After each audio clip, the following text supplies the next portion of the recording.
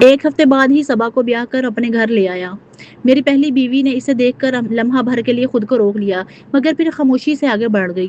میں نے الماری سے اس کے کپڑے نکال کر صوفے پر ڈالے اور صاف کہہ دیا کہ اس کمرے میں اب صبا رہے گی، تم یا تو اماں کے کمرے میں سو جانا یا پھر اسٹور روم میں۔ میری بات سن کر وہ خاموش رہی، مگر اس کی آنکھوں میں آنسو جھلملانے لگے اور پھر اس نے اسٹور روم کو ہی اپنا ٹھکانہ بنا لیا۔ ماں دن بھر اسے سارے کام کرواتی اور ذرا سی غلطی پر اسے سخت مارتی۔ میں سمیہ کے ساتھ خوش تھا، جو جدید فیشن کی لڑکی تھی، حسین تھی اور دلکش لباس پہنتی تھی۔ اسے گھر کے کام کی ضرورت نہیں تھی کیونکہ سب کام میری پہلی بیوی کرتی تھی۔ پھر میں سمیہ کو لے کر ہنی مون پر چلا گیا اور واپسی پر پتہ چلا کہ وہ ماں بننے والی ہے۔ میری خوشی کی انتہا نہ رہی، زندگی مکمل لگنے لگی۔ بس دل کے کسی کونے میں پہلی بیوی کی حالت کا خیال ایک کانٹے کی طرح چبھنے لگا۔ کتنی ماریں کھا کر، کتنے تانے سہ کر بھی اس کے لبوں سے ایک شکوہ تک نہیں نکلتا اور یہی خاموشی میرے دل پر بوجھ ڈالنے لگی۔ پھر ایک رات جو کچھ میں نے دیکھا، اسے دیکھ کر میرے ضبط کے بندھن ٹوٹ گئے۔ میں پھوٹ پھوٹ کر رونے لگا۔ میرے رونے کی آواز سن کر بچہ جاگ کر رونے لگا۔ میں نے سمیہ کو اٹھا کر بچے کی طرف متوجہ کرنا چاہا، مگر وہ کروٹ بدل کر سو گئی۔ حسین تو تھی بہت، مگر سلیقہ ذرا نہ تھا۔ اپنے بچے کو گود میں لے کر سلایا اور پھر بے چینی میں اس کمرے کی طرف بڑھ گیا جہاں وہ منظر میری آنکھوں کے سامنے آ گیا، جہاں میں بدصورت بیوی جائنماز پر بیٹھ کر رو رہی تھی۔ پھپھو نے میری ماں کے ساتھ کیسا سلوک کیا، مگر اس سب میں میری پہلی بیوی کا کوئی قصور نہیں تھا۔ وہ میرے برابر سے خاموشی سے گزرنے لگی۔ اس نے ایک نگاہ اٹھا کر مجھے دیکھا، اس ایک نگاہ میں سب کچھ تھا۔ میں اندر تک کانپ گیا۔ اگر وہ جائنماز پر بیٹھ کر میری شکایت کر رہی تھی تو خدا جانے میرا کیا انجام ہونے والا تھا۔ مجھے اپنے آفس کے لوگوں کے بدلتے رویے یاد آنے لگے۔ میرے بارے میں بار بار شکایتیں کی جا رہی تھی۔ میرا بیٹا بھی لاوارثوں کی طرح پورا دن پڑا رہتا کیونکہ میری حسین بیوی سمیہ تو اپنے حسن اور فیشن سے ہی فرصت نہیں پاتی تھی۔ پھر میں نے ہاتھ بڑھا کر اپنی بیوی کو جانے سے روکا اور ماں سے کہا، ماما آپ نے اچھا نہیں کیا، آپ نے اپنے انتقام کی خاطر اس بیچاری کو سزا دے دی۔ اگر مجھے حقیقت کا پہلے علم ہو جاتا تو میں ایسا کبھی نہیں ہونے دیتا۔ آج میں آپ کو بالکل بھی اجازت نہیں دوں گا کہ آپ اس پر کسی قسم کا ظلم کریں۔ وہ اس گھر میں میری بیوی کی حیثیت سے آئی تھی اور آج سے میں اسے اپنی بیوی کا درجہ دے رہا ہوں۔ میری بات سن کر میری ماں گڑبڑا گئی اور وہ میری بیوی کے چہرے پر ایک روشنی سی آ گئی۔ پھر میں نے سمیہ کو بھی کہہ دیا، آج سے عارفہ کو اس کا حق ملے گا، جس پر پہلے تو اس نے خوب وویلا کیا، مگر جب اسے میری دولت ہاتھ سے جاتی نظر آئی تو وہ خاموش ہو گئی۔ اب میرے دل سے سارا بوجھ اتر چکا تھا کیونکہ میں نے انصاف کرنا سیکھ لیا تھا۔ اب میں اپنی پہلی بیوی کو بھی وہی مقام دے رہا تھا جو دوسری کو دیا تھا۔ عارفہ اب بھی گھر کے سارے کام کرتی تھی، مگر اس کے چہرے پر آنسوؤں کے بجائے مسکراہٹ تھی، اور میں نے محسوس کیا کہ وہ اتنی بھی بدصورت نہیں تھی جتنی مجھے لگتی تھی۔ پھر میں نے دل میں عہد کیا کہ اس پر ڈھائے گئے سارے ظلم کا ازالہ ضرور کروں گا۔ آخر میں تو بس رب سے دعا ہے کہ رب کائنات ہماری بیٹیوں کے نصیب اچھے بنا، ان کے ایسے رشتے مقدر فرما جو ان کی قدر کریں، ان سے محبت کریں، انہیں عزت دیں، ان کے آنسوؤں سے پہلے ان کے دکھ سمجھیں۔ یا اللہ، جن بیٹیوں کے نصیب میں دکھ لکھے گئے ہیں تو اپنی رحمت سے وہ دکھ خوشیوں میں بدل دے، اور جو بیٹیاں تیری بارگاہ میں آنکھوں کو نم کر کے دعا کرتی ہیں ان کی دعاؤں کو قبولیت عطا فرما۔ اے اللہ، ہماری بیٹیوں کو دنیا آخرت کی بھلائیاں عطا فرما، آمین یا رب العالمین۔ ناظرین، اب آپ کا ایک چھوٹا سا لائک اور سبسکرائب ہمارے لیے بہت بڑی حوصلہ افزائی ہے۔ آپ کی سپورٹ ہی ہمیں مزید اچھی کہانیاں اور ایمان افروز کہانیاں بنانے کا حوصلہ دیتی ہے۔ یہ صرف ایک لائک نہیں بلکہ ہماری محنت کی قدر ہے۔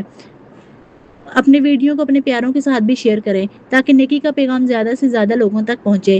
پھر ملتے ہیں ایک نئی کہانی کے ساتھ، ایک نئی دلچسپ ویڈیو کے ساتھ۔ تب تک کے لیے اللہ حافظ۔